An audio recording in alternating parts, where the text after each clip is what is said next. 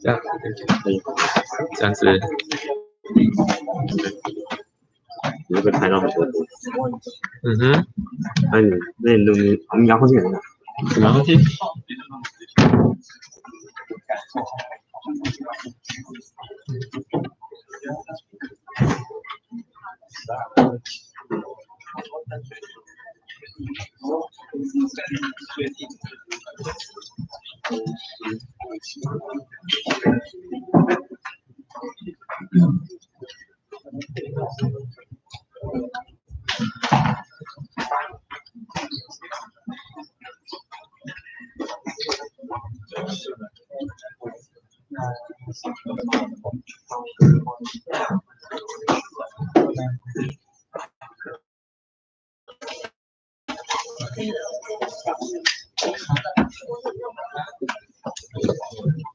有，可以感觉出来。我声音大。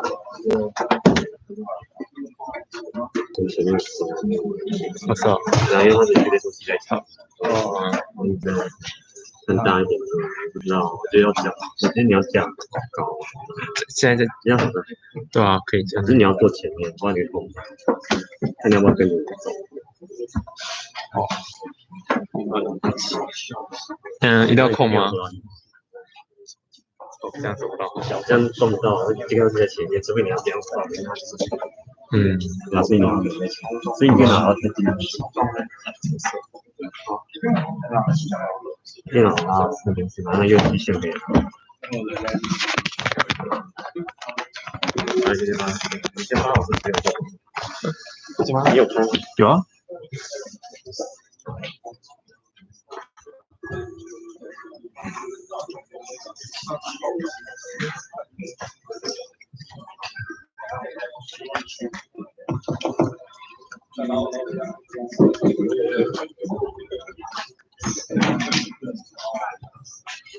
你有听到吗？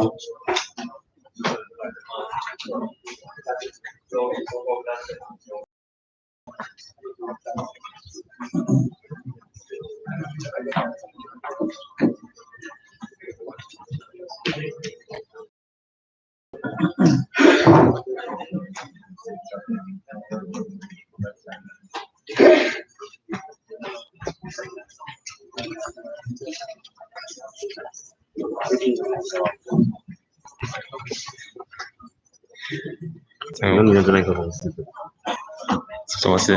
你说？他不会有那个。你讲话的时候他不会有。你有没有耳机啊？直接说就知道。耳机啊。有这样你讲话，他是收你的吗？他是收你的，所以你要尽量不要出声。好，尽量不要出声。收一下好不好？因为你自己收线路。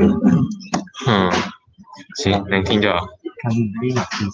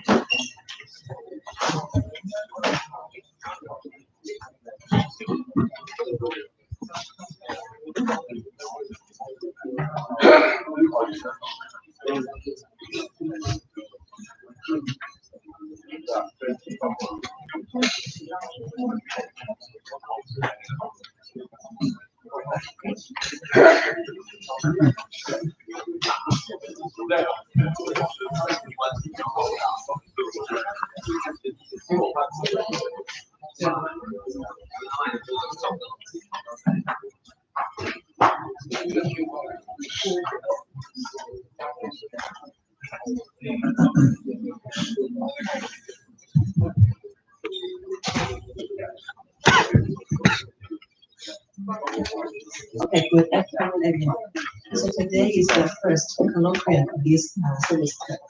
I would like to invite Professor Guang Qishen in our department to be here and that will give us a very brief introduction about the quantum computing. As you know, the quantum computing information becomes a very new and hot topic. So that's the reason why I would like to invite Professor Huan Xi-Sheng to be our first speaker in this colloquium. So let's welcome him.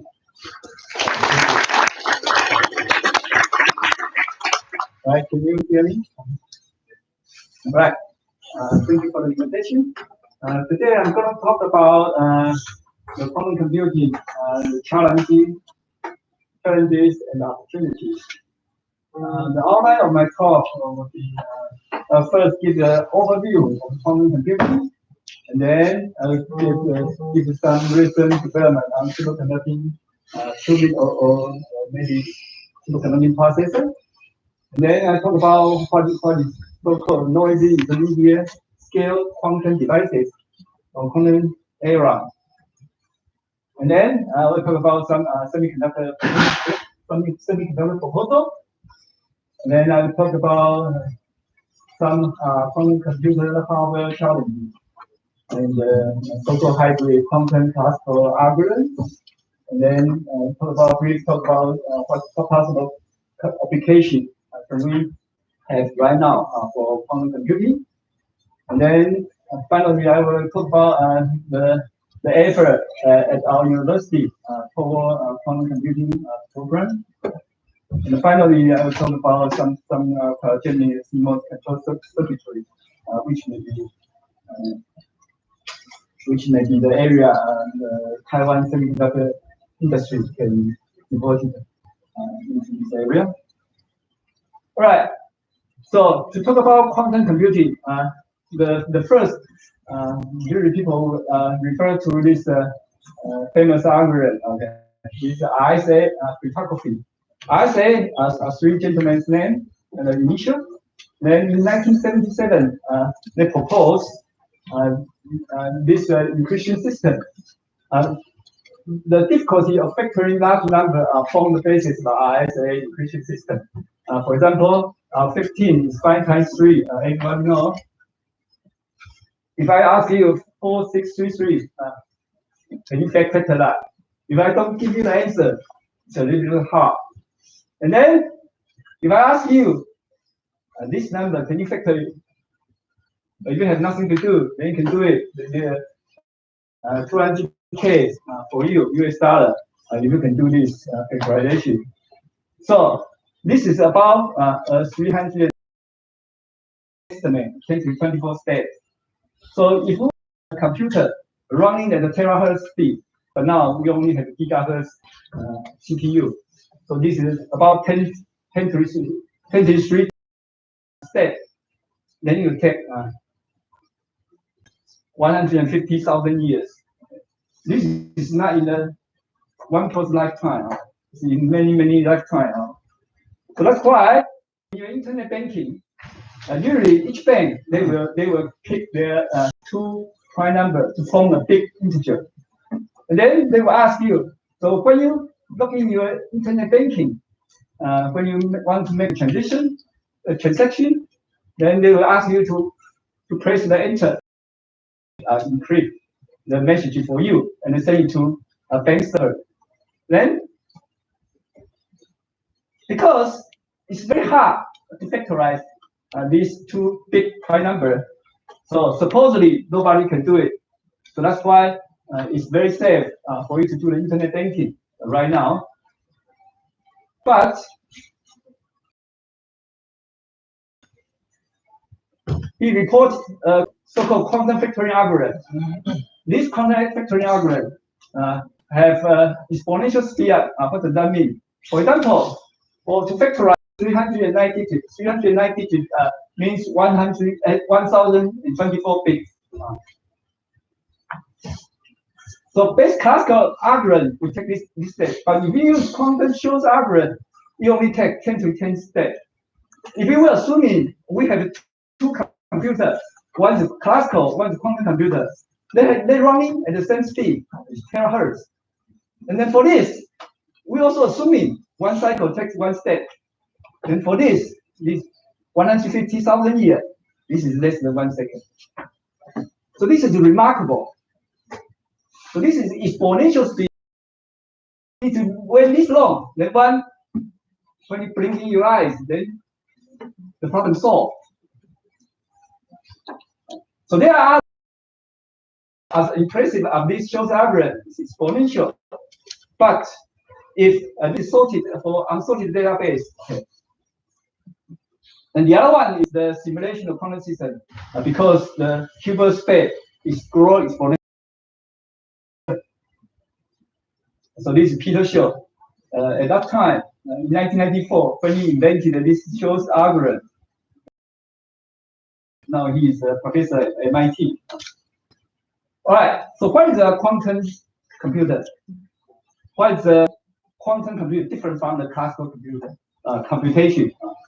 So first, classical, the fundamental unit for information processing in classical computing is called bit 0, 1. Usually is the voltage high and low. For quantum bit, we also assuming we have two states, 0 or 1. But now we use this Dirac notation to indicate it's a quantum state. So for quantum state, with quantum state, for this qubit system, the state for this qubit can be in a superposition. So as long as it's alpha 0 plus beta 1, as long as this alpha square, epsilon square plus beta epsilon square equals 1, then that will do. So fundamental units are different. Classical, we have, for example, for classical bit, we can say, oh, this is a head and tail. These are also two states. Is there classical analogy of the quantum state like this? Yes, you can think of so this quantum state 0, 1. Sometimes you look at 0, sometimes you look at 1. Similarly, if you spin a coin before you cap on the desk, you don't know it's going to be head or tail. So in that particular state, it is similar like this superposition state. It's only when you measure it, then it's head. Or next time you do a spin again, then you measure it, it may be tail. It's similar like this quantum system. You measure is alpha and 0, or when you measure it, it's either equal to 0 or 1. But if quantum state is as simple as this spinning coin, then we have no game to play.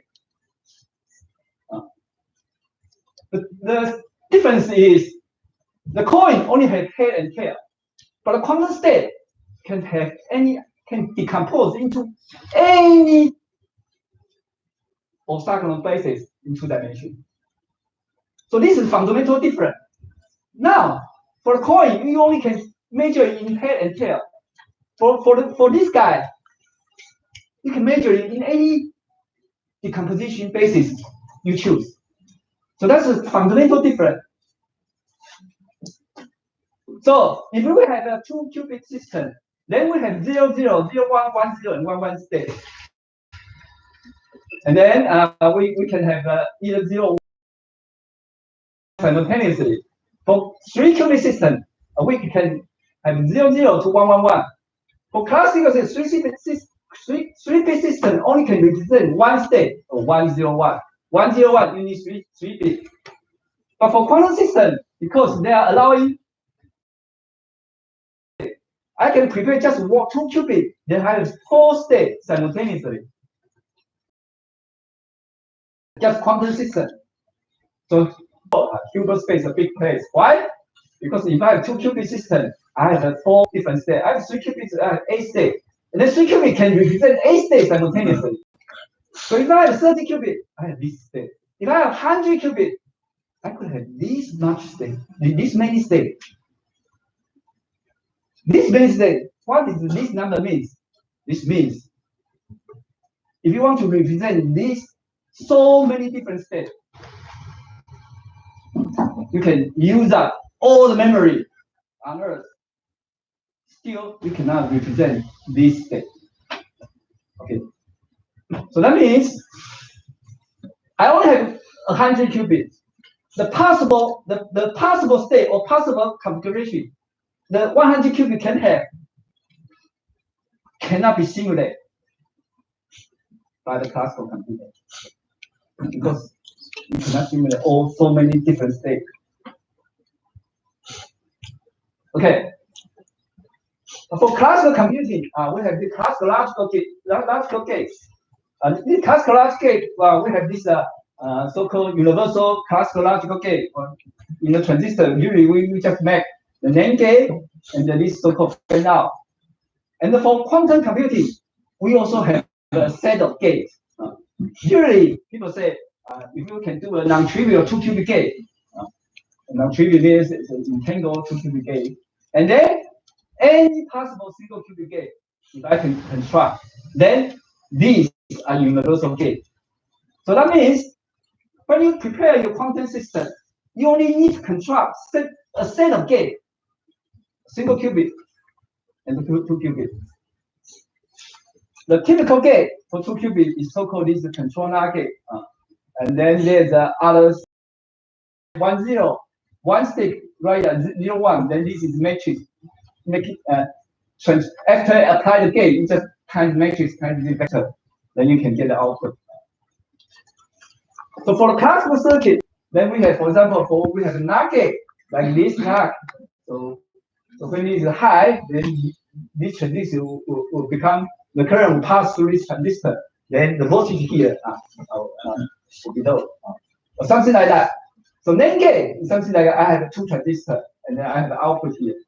So for the classical circuit, if I have this NOT, NOT is just 1 input and 1 output. So I put these 2 NAND into just 1 input, then this is NOT gate, and this is NAND gate. So for classical circuit, when I design the circuit, this gate, then each of these elements is like a transistor. Then here I need to have 2 transistors, something like that, and going pass through. So classical logic gate are hardware device on electronic circuit board or the integrated circuit. But quantum gate are different. Quantum gate, for example, let's say this is a 5-qubit gate, the IBM 5-qubit superconducting gate. All these square elements are the qubit. 1, 2, 3, 4, 5. They are 5 qubit. And then the other element is the coupling. This is a transmission line to couple this qubit to the other. We only have 5 qubit gate. So this is only my 5 qubit. So what is the gate operation? Gate operation is just different control ports or different instruction sequence. So different control ports that will operate this gate. So instruction rather than electronic circuit on the integrated circuit on the IC. So for example, they are not using this ion trap. Ion trap is one of the candidates. This superconducting qubit, and also they are talking about the semiconductor and superconducting. So this is 2015. The John Martinez group at the UC Santa Barbara, they report there's the 9 qubit gate. This is the first superconducting in 2015. And then in 2016, IBM announced the quantum computer superconducting 5 qubit processor available as a service of quantum experience through IBM Cloud. So that means they say you can use my 5 qubit quantum computer for free, and you can access it online. So right now, if you type this on the Google, then you can find IBM website, and then you can register an account, and then you learn some programming language, and then you can control this 5 qubit system. 2016, IBM 5 qubit online for everyone on Earth. If you want to register an account, then you can use it. Then 2017, IBM announced another 16 qubit, also free. But because at that time 16 qubit, there's 1 or 2 qubit malfunction. So now it's at the early times 14 qubit is one of them. Does not work. But right now, I think it's 15 qubit, also free. Then after 20 qubit device was built, Then IBM say they are going to charge people who want to use more qubit system, then you need to pay. So this is a 5-qubit system, and this is qubit, and this is transmission line resonator to connect. So resonator, the qubits can couple. For example, this qubit 2 will not couple to. This is 16-qubit device. So these are A and A here. This is their configuration. Then after that, you look like this. 2018, the 20-qubit device will look like that. They make more connectivity, but suddenly they realize they will not crosstalk between two different qubits. When you want to control it, there may be some influence maybe on the connecting qubit. So after that, they try to make it sparse, but with more qubits. This is 28-qubit device. Right now, we have 53 qubits available on IBM website, IBM Q cloud service. This is not free because our university, later on I will talk about our university effort in this area. So this is a device. So what is the working temperature for this quantum computing? So the device is inside this fridge. So generally, the temperature for this would as low as maybe 20 section, and the chip, your quantum chip is here. This small area is your quantum chip. All other area are line connecting to this chip, and also all other control circuit, and also a cooling and a refrigerator. So the temperature, it look like this. Outside is room temperature, then you drop to 64K, 0.6K, and up to here at the qubit side, about 20 millikelvin. You look at this. This look like a traditional. If you look at now, we have your phone is this small. In early time, maybe in the before the transistor time, okay, the classical computer with few qubit would also look like this big. You occupy a room. Now we are roughly in the stage of the early classical computing era. All right. So right now we have for example, IBM has offered a 5 to 53 qubit. In this paper, the John Proskier at Caltech, he said we are in the so-called NISQ era. So what is the NISQ? N means noisy intermediate scale quantum era or quantum device or quantum technology. So this roughly means we are right now in a 50 to 100 qubit region. A quantum computer with 50 may be able to perform tasks which surpass the capability of today's classical digital computer. But because the noise in quantum gate will limit the size of quantum circuit that can be executed reliably. Because now we still have error. Each gate is not as precise as a perfect gate. It has an error, noisy. So for the classical computer, suppose you have some error. So for example, if we operate a NOT gate, you have some error uncertainty because only 1 or 0 state. So the error is just 1 plus the other or 0 plus the other. But for quantum computer, if you have some error, something if you want to rotate, for example, from 0 to 1 state, if you over rotate a little bit, so the 0 state has extra error, or from 1 to 0, or from 0 to 1, then extra 0 here. This is epsilon here. For quantum state, this epsilon will propagate.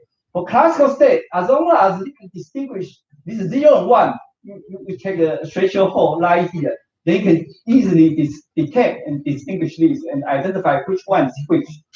But for quantum state, everything is probabilistic. Epsilon square, when you apply one, this amplitude, the error is epsilon square. And then if you apply 1k in epsilon square error, another, then you square it again. Then error will pocket very fast, will accumulate. So that's why quantum error is hard to identify and hard to correct, because right now, amplitude and phase also change. So in 2019, Google's group report that's last year in October. You say the quantum supremacy using the programmer superconducting processor. So what did Google do? They claim that they have used a 53-qubit processor. 53 qubit is 2 to the 53 computational state space, the dimension that these big different basis state. Then it's about 9 times 10 to the 15 dimension. So what do they do? What did they do? They measure from repeated measurement, sample the resulting probability distribution. So I have 53 qubit is connected like this. This is qubit, the cross is like qubit, and this is a coupler, adjustable coupler.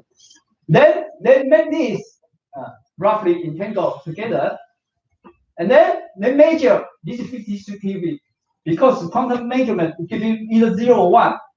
If you measure it 1 million times, this 1 million time result is roughly like 1 million random number. Because this qubit will you give it 0 or 1, nobody knows.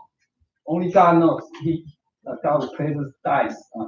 Then they will determine which one comes. So that means they are trying to verify this 2 to 53, 10 to 15, is they a truly random number or not. Using the classical computer to repeat the measurement 1 million times for this large number. Google said, for this machine, they repeat a 1 million time measurement only takes 200 seconds. For classical computer to do this and random number, it takes 10,000 years. So this paper published in Nature and saying that they have achieved a so-called quantum supremacy. Quantum supremacy is the goal of demonstrating that a programmable quantum computer device can solve a problem that classical computer practical cannot. So this kind of problem, no matter this problem is significant or not.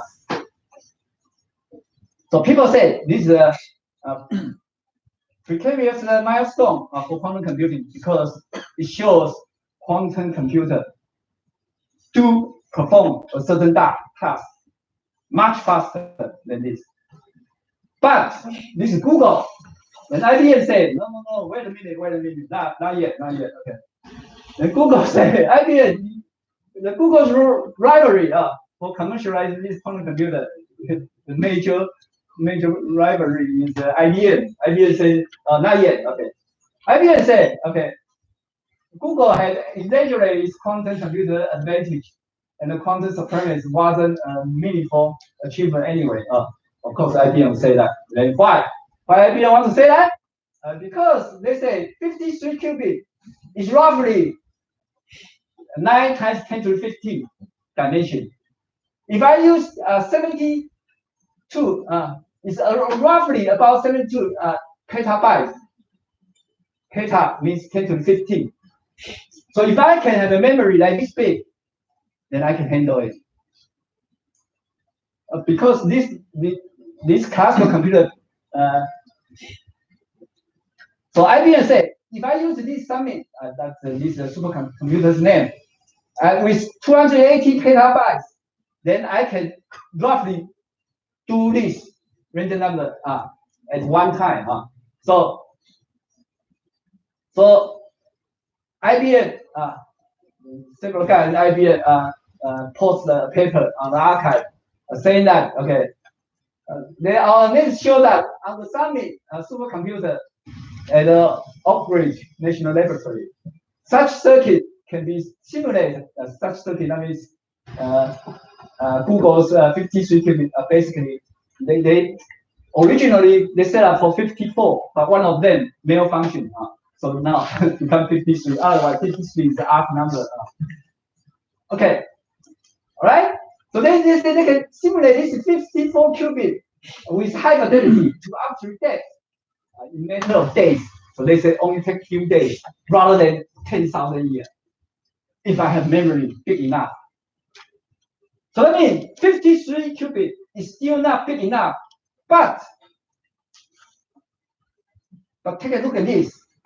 If you have 100 qubit, 2 to the 100, as I say, 10 to the 30. So now you still have this petabyte memory, but can you have 10 to the 14 petabyte memory? That's impossible. So if we can build a quantum computer which has with 100 qubit, that's way beyond the capability of any classical computer. You can't have this big memory.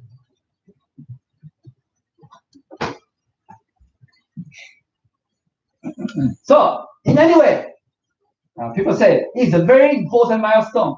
Show a quantum computer outperforming a classical computer at some task, whatever it is. So even though it's not what they claim, quantum supremacy already, but few days versus just few minutes. That's minutes and days difference. Okay, even for 53 qubit. All right, so that's about the most recent development in superconducting qubit. The other one is because for example, in our IT industry, we don't have a superconducting industry. We have a semiconductor industry.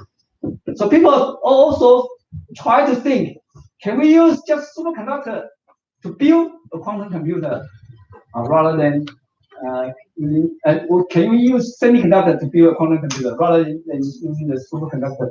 Of course, the superconductor has some advantage. If you cool the temperature low enough, then superconductor becomes superconducting. Then superconducting material that already have quantum behavior. But can we use this semiconductor device? This is also proposed in 1998. This is proposed in 1998. At that time, this Bruce Kent, which is in Australia, he proposed if we can substitute in a silicon substrate a silicon atom with the phosphor donor atom, then this phosphor donor have an extra electron, then the silicon atom. Then this electron or the phosphor donor will have a nuclear spin. We can either use the nuclear spin of phosphor donor or the extra electron of this phosphor donor as our quantum bit. Then this is this proposal appeared to nature. Why? Because you're using the semiconductor. If we can use this kind of device, then also using the silicon. That's our. This is the material, and the industry always using this kind of material. So we did some data operation for this. So I'll skip this, and also do some optimal control for this gate. So the first proposal is 1998. The first realized experiment is 2012. So it's about 14 years after. So this experimental electron spin qubit in silicon. So they put the phosphor donor, and then they show that. And then recently, 2012, recently, this 2019, last year, they have the first 2 qubit gate. But the device architecture is quite different from the previous proposal because previous proposal is too hard to realize. Why? Why is so hard? Because how can you substitute a phosphor donor with silicon and then grow silicon again when this one doesn't move. That's impossible for the moment. So for the 2 qubit gate, right now they only put the fast photonic on surface silicon.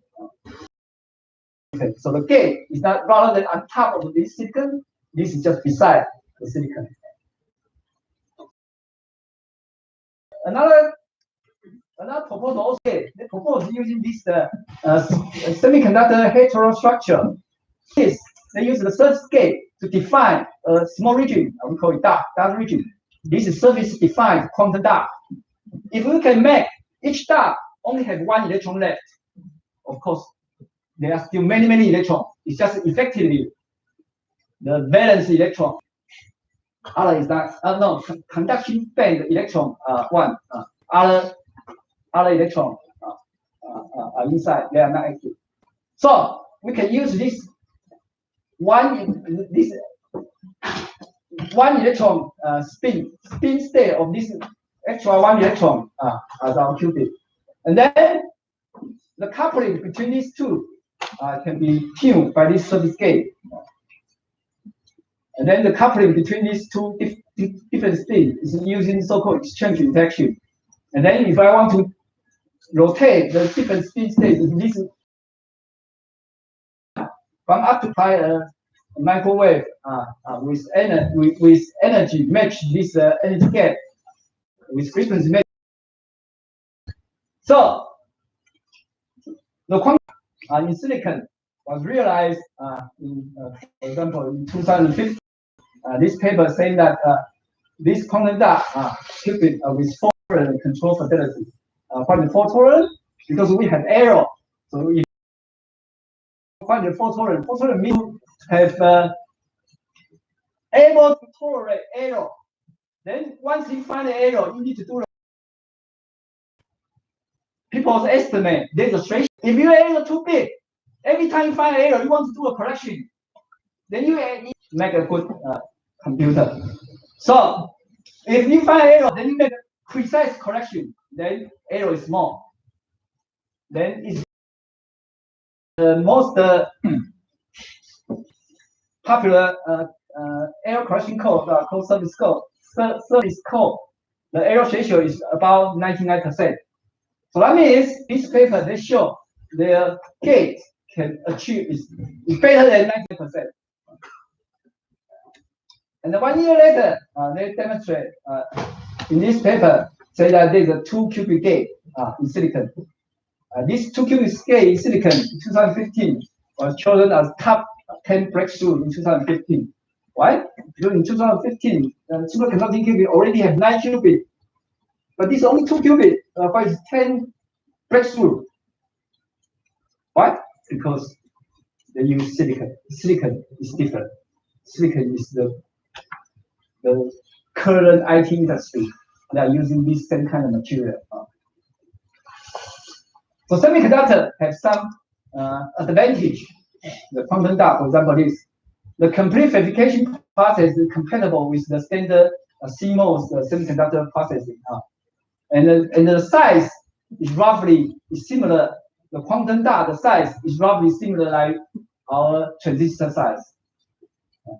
Superconductor qubit, their size is micron, it's very big. This is in the 50 nanometer, roughly 50 to 100 nanometer. All right, so we also did some work to construct the high fidelity gate for this semiconductor device. And then that's 2 qubit, but at that time, 2015, the 2 qubit fidelity is not too good. It's about 80% to 85%. In 2019, last year, they say the fidelity benchmark for 2 qubit gate in silicon. And this time, they have the 2 qubit gate roughly have 98%, still below the error ratio required for a 4 tolerant quantum. 4 tolerant quantum, you must better than 99%. Okay, so what is the challenge? Of course, we need more qubits. Right now we have IBM 53, but semiconductor only have 2. So still 2. So we need more qubit. So that's why superconducting qubit is leading. So we need more qubit and a much larger number of qubit, tens of thousands. More qubit, that means we want to do some useful stuff right now. But if you want to operate something like Shor's quantum factoring algorithm, you need these many qubit, millions of qubit. Because Shor's factory non-trivial case is 1024 bit, the number. If you want to factorize this large number, you need to have this many bits, at least to express the number first. So you need thousands and millions of qubits to do that. We need much greater connectivity right now because as I show you, the IBM, their connection is rather sparse because they want to avoid a crosstalk. But if you avoid crosstalk, then you do not have many connectivity. Then once, for example, QB1 want to talk to QB40, they need to transfer to make them close to each other. Then you need more operation to do that. So this is kind of trade-off, but we need to have a greater connectivity that we wish to have, which is a much lower error rate. Right now, the error rate is roughly one single qubit is 10 to the minus 3, 2 qubit is 10 to the minus 2. It's still too big for too big a gate. Then we need true fault tolerant error correction device.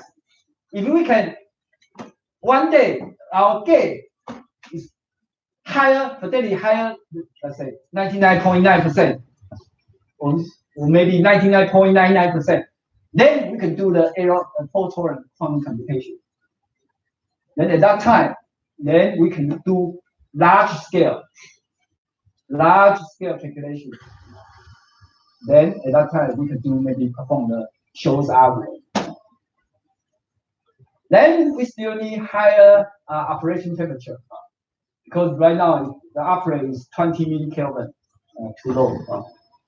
So for each of them, more qubit, yes, there are already proposal. Rigetti is also a quantum computer start company. They are proposal using 120 qubit system. Now this, the European Research Council has awarded this project. They are trying to build the semiconductor 100 qubit device. So now the proposal right now, we already have 50 qubit device. The next logical step would be to build a 100 qubit device. So, but we still need the physical qubit to be logical qubit. So this physical qubit, you need more physical qubit. Then to construct the logical qubit, then you operate the logical qubit layer. And also, this is last year, maybe we'll publish in this year. They say this is the operation above 1 Kelvin. Now it's 20 millikelvin. Now they show, they report this result. They can operate the semiconductor quantum qubit device at more than 1 Kelvin. This is significant difference because then you, for the same fridge, you can accommodate more qubit inside. Because each qubit will consume will contribute some heat. Then your fridge is large, then you cannot do it. Then if you operating temperature can only keep 20 millikelvin, so then it's hard to keep more qubit inside the same fridge. So right now we are talking about this stage. We have physical qubit here.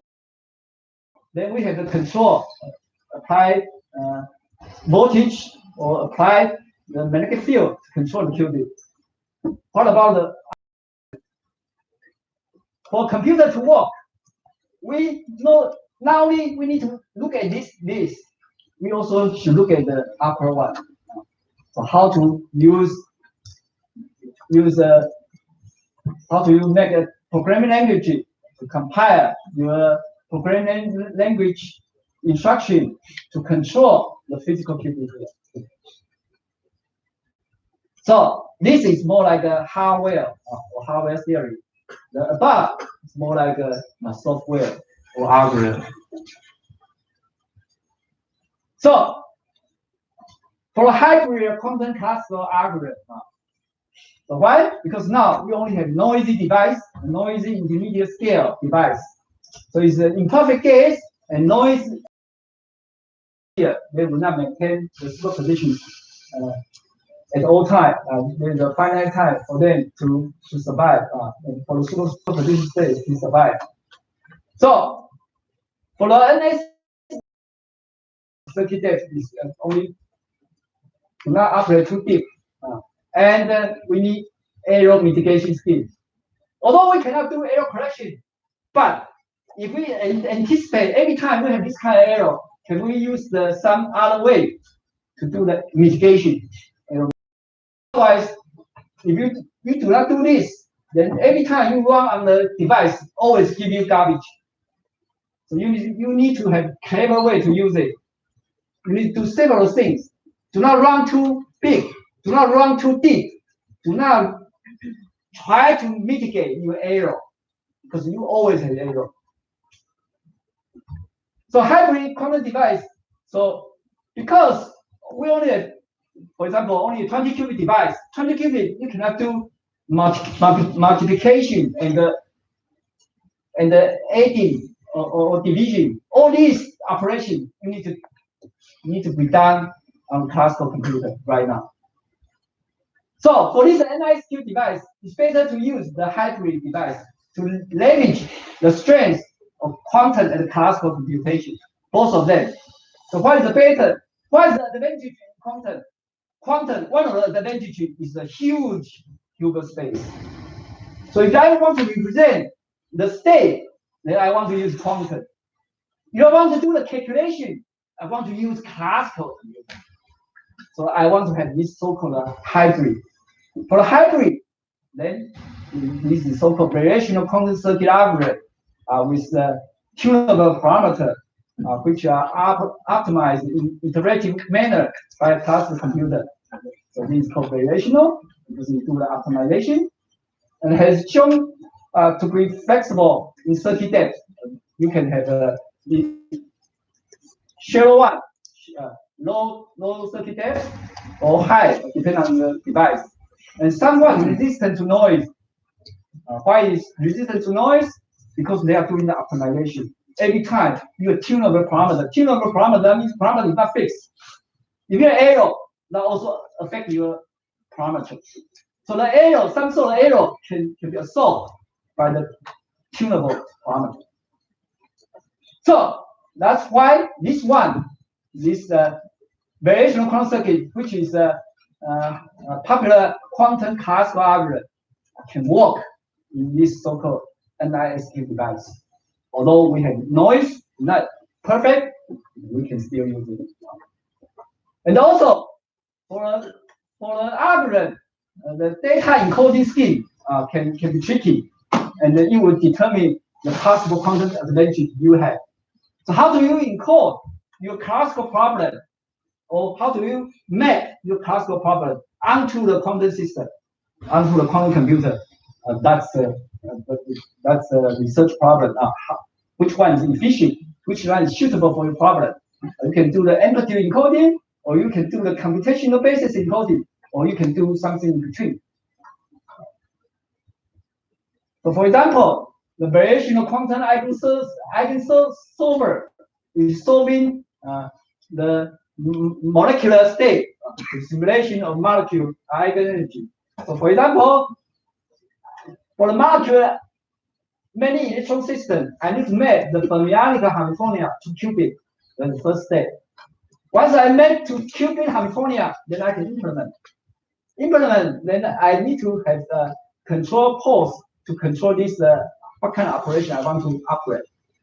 And then for this, you need to have this so-called trial state preparation, because it is variational quantum. I need to have a trial state first, construct a trial state with some parameter, and then vary this parameter, and then do a measurement. Finally, do a measurement. That give me what kind of parameter? Give me some performance. And with this parameter, then I calculate this. If this value, the energy is lower than previous parameter. If yes, then I use this. Then I will take this parameter in continue, and then do it again, and do it again, until I find the lowest energy. So this is the relational, and they're using the quantum part and the classical part to the calculation. So possible application for quantum computing, they list several of these applications. So what kind of application should be suitable for quantum computing at this stage?